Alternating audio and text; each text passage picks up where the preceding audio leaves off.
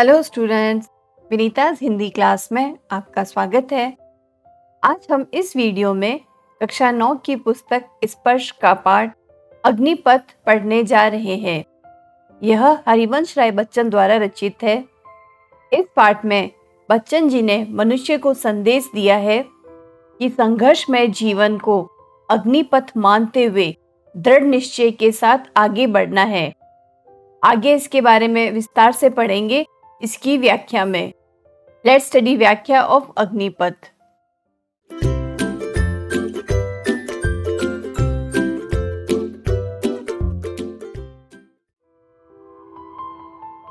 सबसे पहले लेखक हरिवंश राय जी बच्चन के बारे में हम जानते हैं। इनका जन्म स्थान प्रयागराज उत्तर प्रदेश है। प्रयागराज इलाहाबाद का नया नाम है। पहले उसे इलाहाबाद कहते थे, अब प्रयागराज कहते हैं। इनका जन्म 27 नवंबर 1907 को हुआ था और मृत्यु 18 जनवरी 2003 को हुई थी। इन्होंने अपने जीवन काल में कई कृतियां लिखी, जिसके कारण इन्हें कई पुरस्कार भी प्राप्त थे।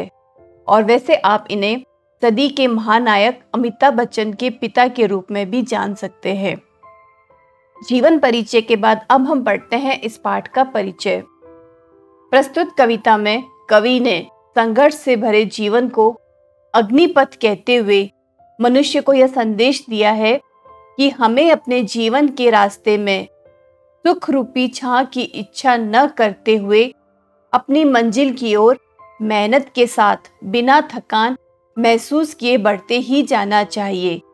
जैसे आप स्टूडेंट्स हो, लेकिन ऐसा नहीं कि आप सुख की इच्छा करें कि आज मैं नींद ले लूं, आज मैं दूसरे काम कर लूं।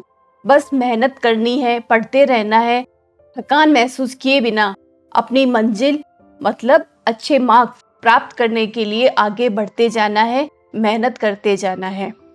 अब इसके बारे में आगे पढ़ते हैं विस्तार से। पहला काव्यांश है अग्निपथ अग्निपथ अग्निपथ।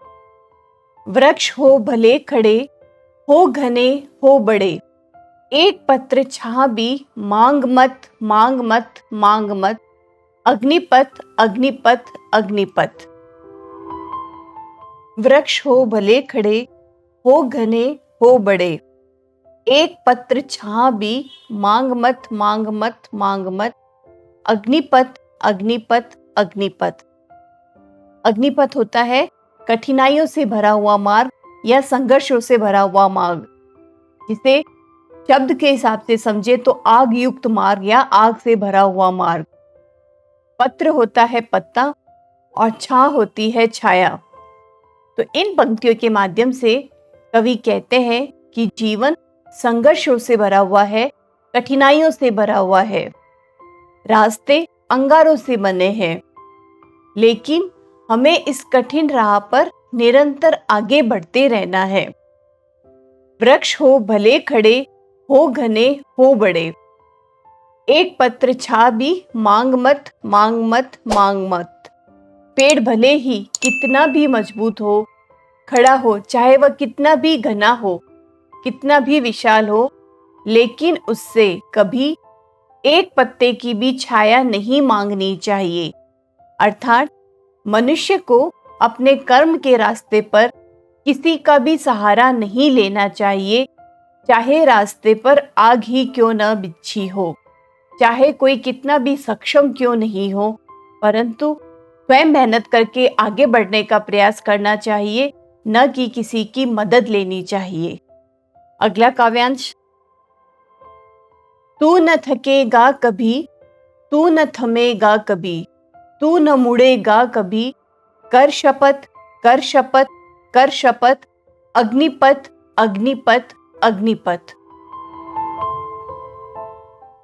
यहाँ कवि हरिवंश राय बच्चन कह रहे हैं कि मनुष्य को अपने कर्म के रास्ते पर चलते रहना चाहिए, कभी थकना न चाहिए, चाहे कितनी भी कठिनाई क्यों न हो। तू न थकेगा कभी, तू न थमेगा कभी, तो तुम डर कर कभी भी बीच में रुकना नहीं चाहिए और ना कभी अपने कर्म के मार्ग से लौटना चाहिए, बल्कि निरंतर आगे बढ़ना है।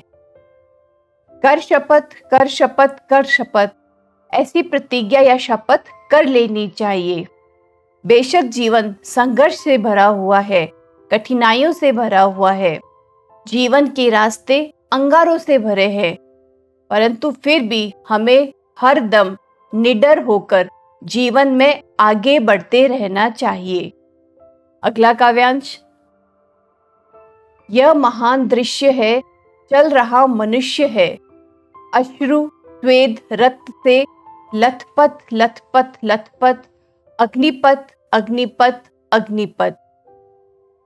यह महान दृश्य है, चल रहा मनुष्य है, अश्रु श्वेद रक्त से लथपथ लथपथ लथपथ, अग्निपथ अग्निपथ अग्निपथ।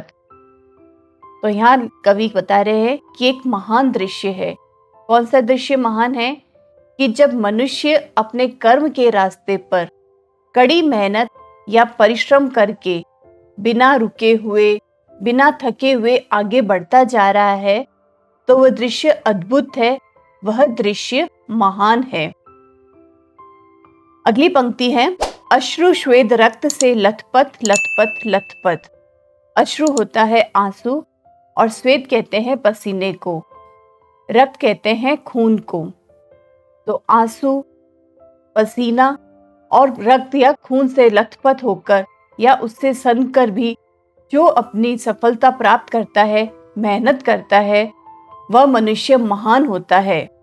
जब अंगारों के रास्तों पर आंसू, पसीना और रक्त से भीगकर सदैव मेहनत करके ऊंचे शिखर तक पहुंचता है और जीवन के संघर्ष में हमेशा जीत हासिल करता है। तो स्टूडेंट्स, उम्मीद है आपको ये पाठ अच्छे से समझ आया होगा। अगले वीडियो में हम इसके प्रश्नोत्तर करेंगे, तो हमसे जुड़े रहिए। वीडियोस को लाइक और शेयर करें और चैनल सब्सक्राइब भी करें। Thank you and all the best.